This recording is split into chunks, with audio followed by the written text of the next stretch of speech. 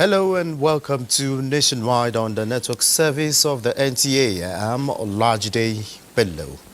Remember, you can watch these broadcasts live on our website nta.ng/live and on our other social media handles displayed on your screen.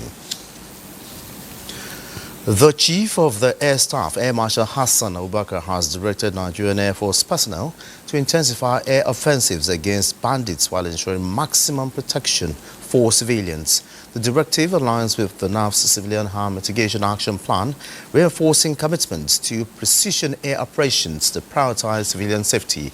Deputy Director, Public Relations and Information Group Captain Kabir Ali indicates in a statement that Air Marshal Abubakar made these known during his visit to the Air Component Headquarters of Operation Fansanyama in Katsina and Sokoto states, where the CAS emphasized that air power remains a decisive force in dismantling criminal strongholds. And during his visit, the Chief of the Air Staff conducted a first-hand assessment of operational aircraft and ongoing infrastructural projects, while in Sokoto, inspected newly constructed accommodation and other operational facilities, ensuring that the personnel are adequately supported in their mission. The Nigerian Air Force says it remains resolute in its mission to safeguard the nation and protect its citizens, leveraging air superiority and strategic coordination to combat threats to national security. And the Inspector General of Police, Kayode Egbetokun, has issued a strong warning to all personnel of the Nigeria Police Force against unlawful and prolonged detentions.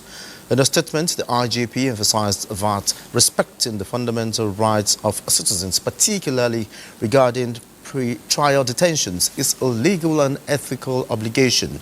He reminded officers that Section 34 and 35 of the Nigerian Constitution guarantee the right to dignity and personal liberty, which must be upheld at all times. The IGP reiterated that any officer found violating these principles by engaging in arbitrary or excessive detentions will face strict disciplinary actions. He stressed that such practices erode public trust and called for greater accountability among police officers. Reaffirming the Nigeria Police Force's commitment to human rights, the IGP assured that individuals in custody must be treated lawfully and with respect.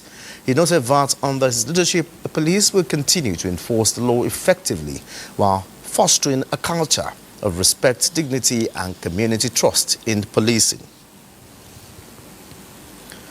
The need for an accountable law enforcement which upholds respect for human rights and effective criminal justice administration in Anambra State is the focus of a town hall meeting organized by a police stakeholders partnership forum PSPF in Awka, the state's capital.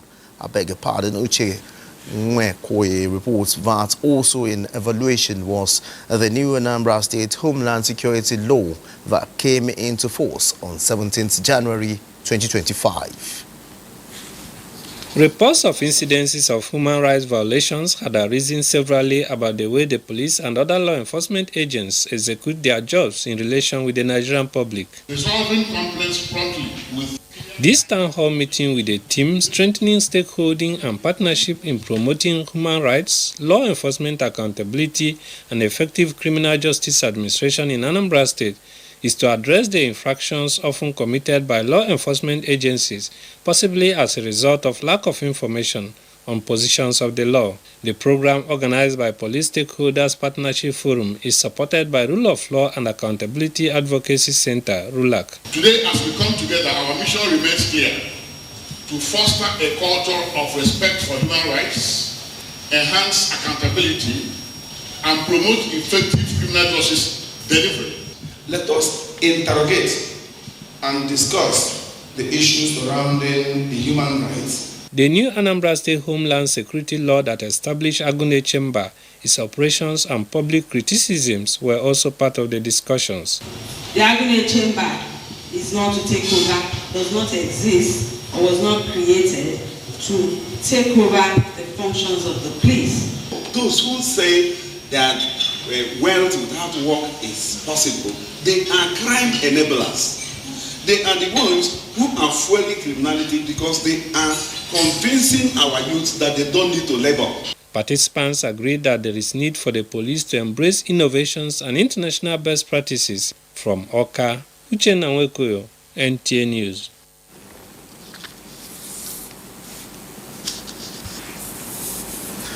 Dakoli warriors in Ebonyi State have surrendered their arms to pave way for peace in the age-long plantation ownership war between the people of the local government area of Ebonyi State and BSA local government area of Cross River State. Caleb Ogbonna reports that the Ebonyi State government initiated the Amnesty and Empowerment Program in collaboration with the Nigerian Army.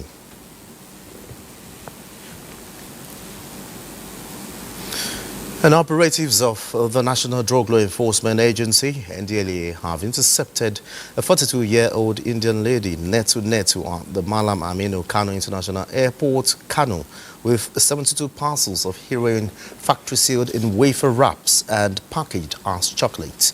The Class Drug A consignment weighing 11 kilograms was recovered from Netu's luggage after a thorough search following processed credible intelligence during an inward clearance of Qatar Airways from Bangkok, Thailand, at the arrival hall of the Kano Airport on Friday, 14th March 2025. In another operation in Kano, NDLEA officers on Thursday, 20th March, arrested a 45-year-old suspect, Michael Ogundele, with a 50-liter steel gas cylinder at Gada Tamburawa along Zaria Kano Road. Credible intelligence revealed that 50,000 pills of tramadol concealed in it were extracted, while a 40-year-old Sunday auger was nabbed at Gundungwawa area of Kano on Wednesday, 19th March, with 27 kilograms skunk and a strain of cannabis. A female suspect, Khadija Abdullahi, was also arrested with 424 bottles of codeine-based syrup at Lungung Bulala Yalwa area of the state on Tuesday, 18th March. In Lagos, the duo of Olumuyiwa Kolawole and Samod Adisa were nabbed with 67.5 kg skunk in Mushin, just as 100.8 kg of same psychoactive substance was recovered from the store of two fleeing suspects in Anifowoshe area of Mushin, while Issa Idris was arrested in Apapa with 4.5 kg skunk, 600 grams of tramadol, 225 milligrams and 30 liters of codeine syrup on Tuesday, 18th March. Another suspect, Yahya Mohammed, was arrested same day in Ikotun area of the state with different quantities of cocaine, heroin and methamphetamine across the country. NDLA commands and formations continue to intensify their war against drug abuse, social advocacy, sensitization, engagement in schools, motor parks, workplaces and worship centers in the past weeks. Federal government is targeting an annual production of 10 million metric tons of steel by 2030 as part of efforts to reduce Nigeria's reliance on imported steel and strengthen the local industry. Minister of Steel Development Shuaibu Abubakar Audu disclosed this during a facility tour of the National Steel Raw Material Exploration Agency during his two-day working visit to Kaduna State. Ekene Ndulwe reports. Reports show that Nigeria produces about 2 million metric tons of steel annually, a figure the Minister of Steel Development says falls far below the targeted 10 million metric tons by 2030.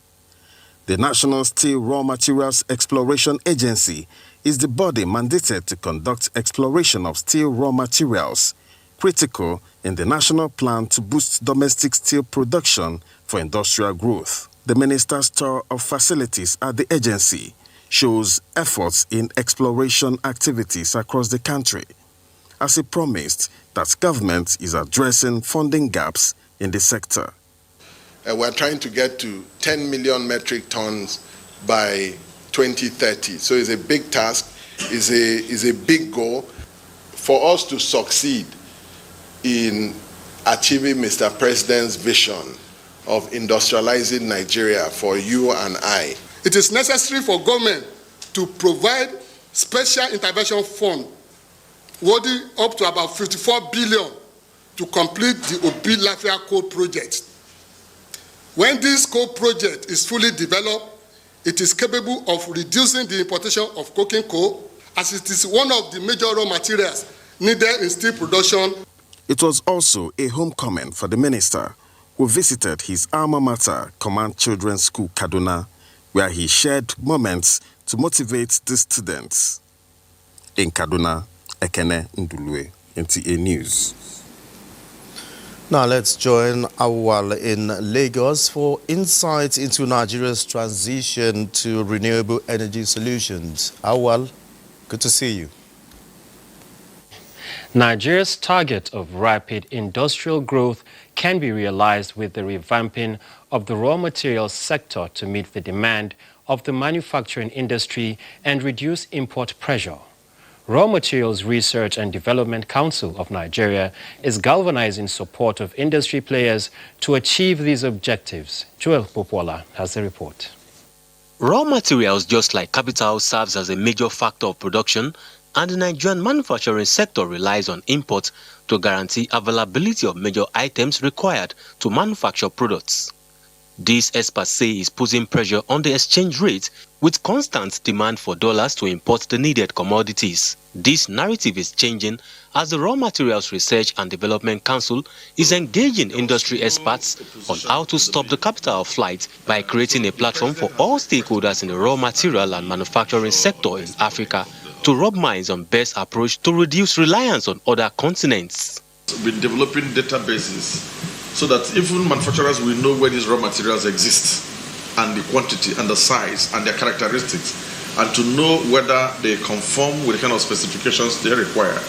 The Director General of the agency says one of the ways is improvement of local contents in the raw materials sector and strengthening the entire value chain. The essential thing is that all stakeholders come together to discuss issues around raw materials development in Africa, particularly in terms of value addition and the deepening of the raw material market in Africa.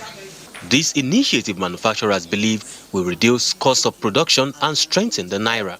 In our own way, one of the things we do is to research into how we can increase the local content of all the materials that we use. With the bill, which is an all-encompassing legislative framework designed as a catalyst for the raw materials sector at advanced stage, industry players are expecting a positive transformation. In Lagos, Joel Pukbola, NTA News. And now to energy. In order to achieve its goal of reducing reliance on fossil fuel, carbon credit objectives, economic sustainability, and environmental preservation, the time for the nation to transit to renewable energy solutions is now. These are the views of environmentalists who shared their perspectives on the nation's march towards sustainable energy solutions. Larry Belay has details. Nigeria is endowed with abundant renewable energy resources and as such is prepared to transit in the area of wind, hydro, solar, and biomass to scale up energy supply. The federal government, acknowledging this advantage, has made concrete plans in its policies such as the 2023 Electricity Act that recognizes renewable energy. There is the National Energy Transition Plan launched in 2022 that targets 30,000 megawatts of electricity from renewable energy sources and reaching carbon neutrality by 2060. And the off-grid solutions to address energy poverty using solar system, which is gaining traction in Nigeria. The clean energy transition will also generate, jobs. Experts adduced the challenges of transitioning in the country to include grid integration, infrastructure development, and financing. In a situation whereby we are relying on imported materials all through to be able to transit, that becomes a huge challenge. The cost cannot be friendly. There must be investment in off-grid solutions. In renewable energy, there must be factories producing solar panels in Nigeria with Nigerian raw materials. Environmentalists advocate collaboration between public and private sectors along with international partners in overcoming these challenges and accelerating the renewable energy transition. In Lagos, Larry Belay, NTA News. That's our contribution from Lagos. Nationwide will continue in Kaduna with Muhammad Ajingi after this break. Ambassador of United States to Nigeria, Richard Mills, says the government of the United States will continue to support Nigeria in many sectors. The ambassador was speaking when he visited the Kaduna State Governor, Uba Sani. The report. The United States ambassador to Nigeria arriving at the Government House Kaduna for a meeting with the members of the State Executive Council. This visit is part of ongoing efforts to strengthen bilateral ties between the United States and the Kaduna State Government, particularly in key areas such as security, healthcare, and mineral resources. I'm very much interested in hearing from you about the opportunities, the challenges that you and your team face in the health, security sectors here, and what you're doing to continue to build prosperity for Kaduna citizens, and indeed for all Nigerians. Kaduna State, I don't need to tell all of you, holds a very strategic place in Nigeria's landscape. The non-kinetic approach in our own model in Kaduna has gone beyond just telling the army not to strike. It's about good governance. It's about providing the people with basic necessities, giving them education, giving them welfare, improving their lives. It's all about non-kinetic approach. It's all about good governance. Both parties reaffirmed their commitment to enhancing cooperation, especially in improving healthcare delivery across the state. The Northern chapter of the Christian Association of Nigeria has promised to continue preaching peaceful coexistence among different ethnic groups in Nigeria. The new kind chairman of the 19 northern states, Reverend Joseph Hayab, made this known during an engagement with state chairmen and secretaries of the association. Gloria Tukenwodun, report.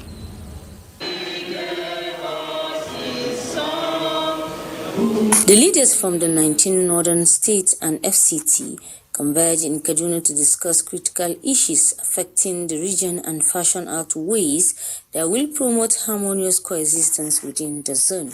Reverend Joseph John Hayab, who is the new CAN chairman, 19 northern states, calls on policy makers in the region to make policies that will promote peaceful coexistence in the region and beyond. We will remain a voice for them.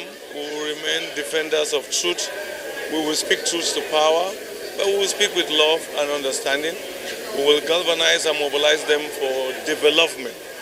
The world is moving fast, and I think our people shouldn't just be standing in one place. There are many opportunities out there that we need to help our young ones, help our people to tap on those opportunities. The youth came out and said, we are supporting you, sir, because we know now we have a leader that we can boast and he can talk on behalf of the Christian in the northern Nigeria. The chairman reaffirms the association's dedication to truth, inclusiveness in tackling the challenges that impede the region's progress. The event saw the participation of prominent Christian leaders from across the region. Gloria Tukenwadu, NTA News. And that's our contributions from this end. Nationwide continues in our Abuja studio with Olajide Bello. Olajide, over to you. Olajide. Many thanks, Muhammad Ajingi from Kaduna. The Office of the President of the Senate has described as false a report that the President of the Senate, Godswill Akpabio, hosted iftar and shared dollars at the event. Special Advisor, Media and Publicity Office of the President of the Senate, Eseme Yibo, says it is the tradition for the Senate President to host colleagues of both religious faiths in gatherings, but money is never shared at such spiritual meetings. And Kano State Government has granted automatic employment to 54 medical professionals who successfully completed their postgraduate studies in India under the state's foreign scholarship program. Governor Abba Kabir Yusuf announced this during a special Ramadan iftar held in honor at the Kano Government House. The details will come in our subsequent bulletin. As community of technologists in civil service gather in March, the month when the world celebrates women and their achievements, discussions are on how to increase women's participation in tech and leadership, creating a workplace where career growth, family life and innovation go hand in hand. To increase women participation in leadership in public tech spaces, women who have already climbed the ladder are sharing experiences and strategies on how to work. The workplace can be made accessible for women in tech as they marry and give birth. This administration has actually done quite a lot in terms of balancing the equality of opportunity for women in public sector and in technology. We walk into these organizations, first of all, respecting the institution, first of all, but then what are the creative ways, innovations? We prioritize our schedules, time management, delegation of some of the duties to people around us, how we be intentional about self-care. Women in tech, globally, we say we normally have about 30%, in most of the big tech, 25% of women. So you can imagine in public sector, it might even be fewer. We have policy on paper to promote equity, to have more women. Even in things like financial services, we want to have, I think, 30 or 35% minimum representation of women on boards. But the second part that is missing is that we always have to enforce it. That's another way the government can support having more women in the public sector. We want to ensure that women get the right support. We want to ensure that women are mentored. If they need to be sponsored, they are sponsored. If they need to be trained, they are trained. If they have to be promoted, they are promoted. Into public service rule on longer maternity leave period and having crèches in offices are listed as some of the ways to encourage women's presence in public tech spaces. And the Ministry of Livestock Development has announced plans to initiate pragmatic efforts to modernize pig farming for enhanced production benchmark. Minister of Livestock Development Idi Mukhtar Meha said this after undertaking inspection of some farms in Yendev Polytechnic, Benue State. Yusuf Jika reports. Nigeria is one of the largest producers of pork in Africa, with more than 9 million heads of pigs contributing to food demands and optimizing other basic value chain outlets. And Benue State is topping the chart with a significant level of growth. However, more is being required to sustain development in the industries and create market availability. We look forward to having this place operating in its full capacity, so our people will also benefit from it. Minister of Livestock Development Idi Mukhtar Meha said the renewed hope agenda of the present administration is committed to revitalizing the pig ranches for economic gains as part of its livestock transformation drive. Have a modular pig processing unit where pig meat can be processed, packaged, sausages can be made, and then now find the way to the market. The minister inspected Livestock Investigation and Breeding Center in Gwe East, where he promised immediate resuscitation of the center for improved productivity. We are going to start land clearing of about 500 hectares initially, and that will be ready to receive pasture seeds with the rains this year. The minister also engaged with livestock producers, processors, and marketers in Makurdi for optimal utilization of every potential lion fallow in the industry. In Makurdi, Yusuf Jika, NTA News. Providing solutions to peace-building mechanisms, land and water competition policy, inefficiency, animal disease and access to finance have been identified as pivotal to achieving significant livestock production and development in Nigeria. These formed part of the resolutions at the first Benue Livestock Investment Summit 2025. Yusuf Jika again reports. The first Benue Livestock Summit provides an opportunity for critical stakeholders to provide solutions to challenges of livestock production for better farming practices.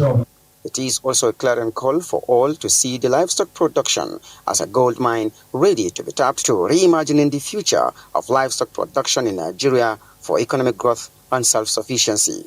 Embrace innovative solutions and most recent animal husbandry practices. Governor Hyacinth Alia of Benue State said livestock is a key driver to economic growth, with Benue leading the trend, calling for ranch establishment nationwide. Livestock development stands out as a readily available high-impact opportunity. And without ambiguity, The livestock sector represents a vital and widely practiced component of agriculture. Minister of Livestock Development, Idi Mukhtar Maiha, maintained that the industry has several value chains that Nigerians can benefit. This summit might as well be a solid foundation for a post-oil economy for Benue State. Oil is extractive, it is not renewable. Livestock is green, regenerative, organic, and is there forever.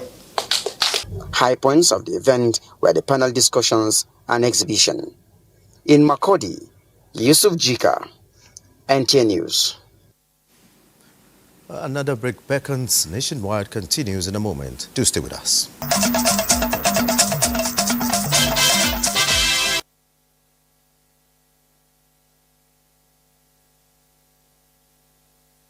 Right, Diam.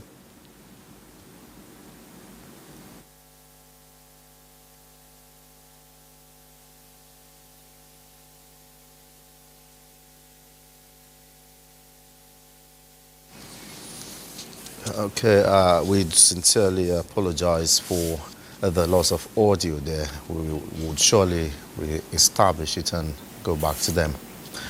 Now,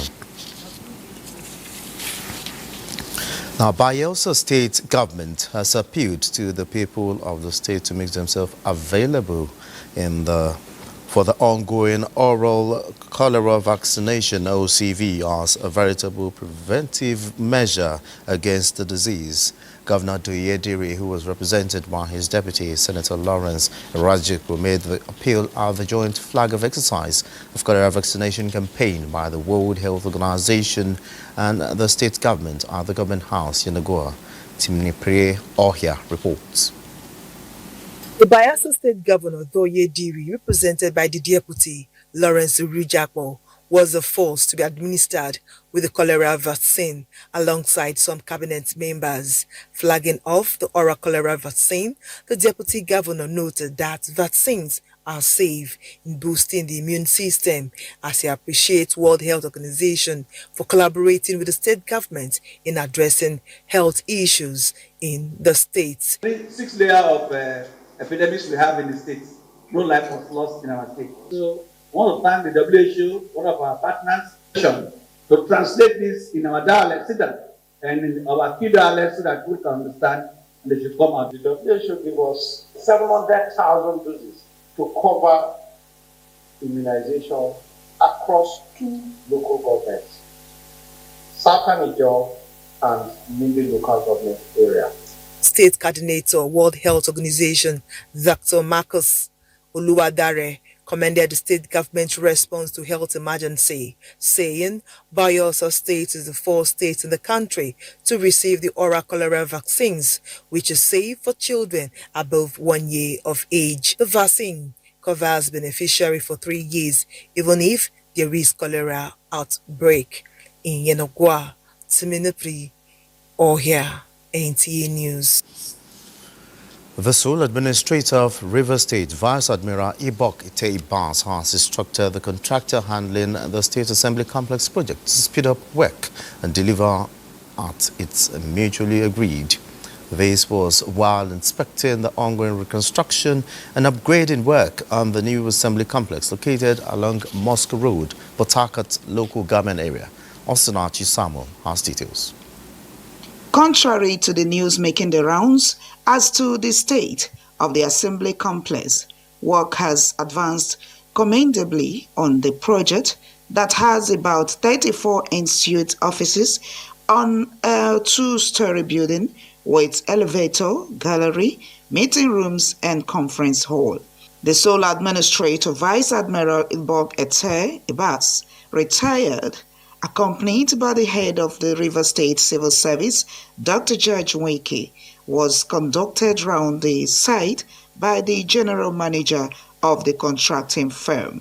The sole administrator explained that in the last few days of assumption of duties, he has been working to ensure that there is a place for effective legislative activities after 6 months, stressing that his primary mandate is to maintain law and order, which is paramount in the process of achieving lasting peace. They have a schedule and they have timelines that I believe they will adhere to. Okay. I think the state has done its own bit by providing the necessary funds. I was briefed, and so the onus is on them to make sure that they keep to the terms. With the level of progress achieved so far, it is expected that the contractor will deliver in record time. In Port Harcourt, Osinachi Samuel, NTA News. Now let's go back to our earlier report from Kano, where Abdullahi Mustafa has details of 54 medical professionals who successfully completed their postgraduate studies in India under the state's government foreign program and were granted automatic employment. The end of a long-haul flight is here.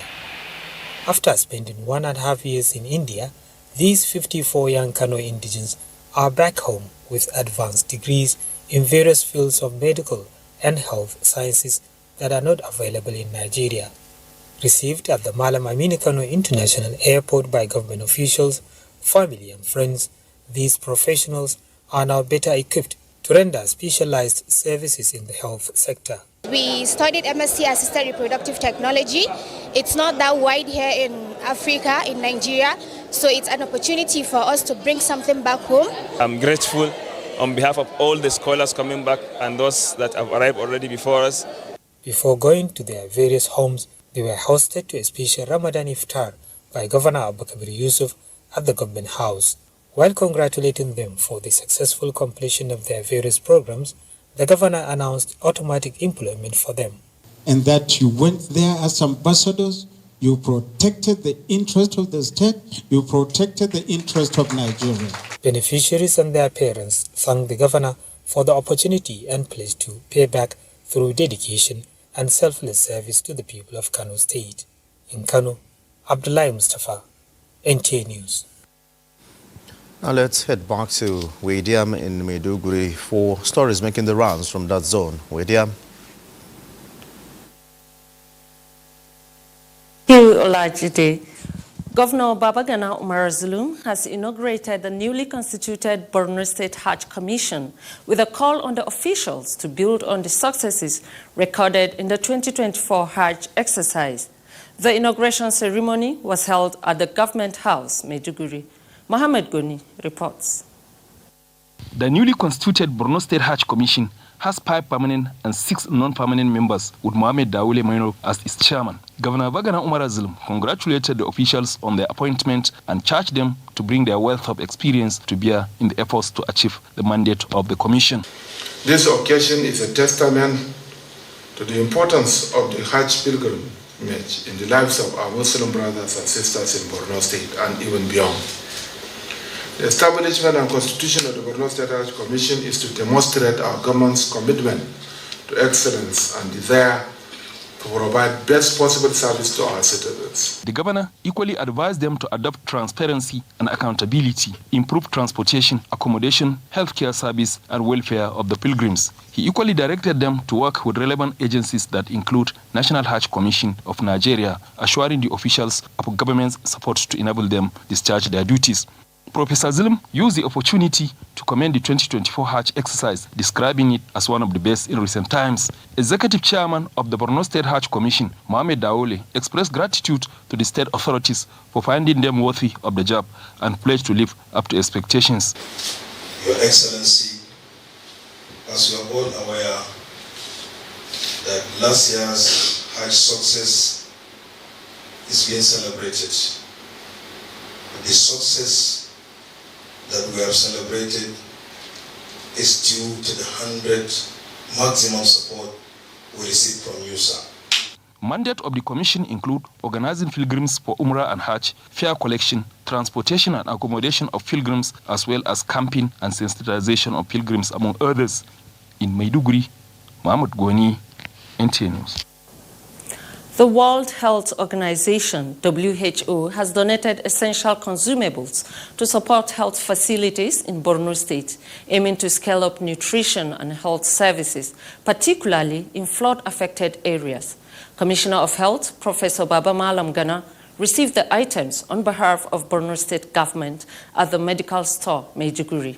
Pauline Kujevana reports. Having in mind that flood will have left a long-term impact that are inevitable threat to the scalability of nutrition and health services, World Health Organization WHO provided technical and material support to address the immediate needs of health facilities. This time around, WHO provided consumables, where the acting emergency manager Northeast, Kumshida Yakubu Balami, highlighted that the supplies will strengthen healthcare delivery and emergency response, ensuring equitable access to health services. Providing these resources to reduce child mortality rates, combat malnutrition, and ensure that children can grow and thrive in an healthy environment. Borno State Commissioner for Health, Professor Baba Malam Gana, emphasized the importance of the support, noting that infectious disease and insurgency-related challenges contribute to malnutrition, stressing that untreated severe acute malnutrition could severely affect children's development and mental growth. Professor Gana commended the WHO for its continued support, especially following the September flood that worsened health conditions in affected communities, assuring that the items will be effectively utilized, including in hard-to-reach areas, to support vulnerable populations. This intervention is part of WHO's broader effort to strengthen treatment for malnourished children and enhance healthcare facilities in Borno State, where years of insurgency and environmental challenges have severely impacted health services. In Maiduguri, Pauline Kujevana, NTA News. And that is our contribution from Maiduguri. It is back to Olajide Bello in our Abuja studio for the continuation of Nationwide. Olajide, take it from there. Many thanks, William, for your contributions from Maiduguri. It is the beginning of a new dawn for the children and management of Nanaberi Orphanage in New Yanya, Nasarawa State, as they take delivery of a new home facilitated by Renewed Hope Initiative. Nigeria's First Lady Oluremi Tinubu, while inaugurating the home, says the well-being of all children, irrespective of their background, is an essential pillar of development, as captured under the Renewed Hope agenda. State House correspondent Adeniyi Taiwo reports. This ramshackle structure, barely suitable for habitation, is worth over 200 children of Nanaberi Orphanage for several years. Today, there is a change in fortune following a chanced encounter with Nigeria's First Lady Oluremi Tinubu, and now Nanaberi Orphanage Home is caught in the classical tale of then and now, having taken delivery of a new home, courtesy of Renewed Hope Initiative and the Sustainable Development Goals Office. Sitting on a 4,000 square meter of land, the facility boasts male and female hostels with 336 bed spaces alongside a crèche, a sick bay, and a staff quarters. Thank you. Inaugurating the facility, the First Lady describes it as a sustainable intervention by RHI to provide the children with a safe and nurturing environment they can call home. This also aligns with the SDG 1 to end poverty in all its forms everywhere by ensuring appropriate social protection systems and measures for all, and SDG 11, which ensures access to adequate, safe and affordable housing for all. Built by the Office of the Senior Special Assistant to the President on SDGs on a plot of land provided by Nasarawa State Government, their project, she says, is a testament to what collaboration and compassion can achieve. To the founder and caregivers of this home, I urge you to uphold the virtues of kindness, compassion, and discipline to ensure that every child here grows into a responsible and empowered citizen of Nigeria.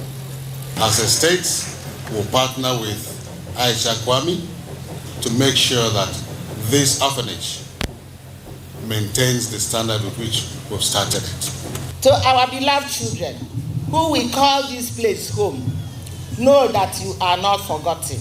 In a clean, safe environment like this, they will learn better. They have all the facilities that they need to make it in life here. For giving us this project, I want to appreciate them. Adeniyi Taiwo, NTA News. The federal government has put measures in place to ensure only licensed miners operate in Zamfara State and security agencies properly briefed to tackle any act of banditry head-on. Minister of Solid Minerals Development, Dele Alake stated this while presenting standard operation procedures to mining marshals in Abuja.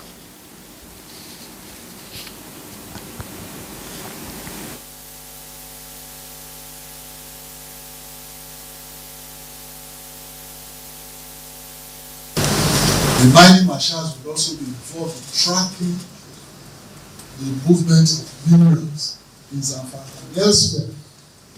Only agents licensed or registered by the Mines Inspectorate Department shall transport minerals from mining sites to buying centers.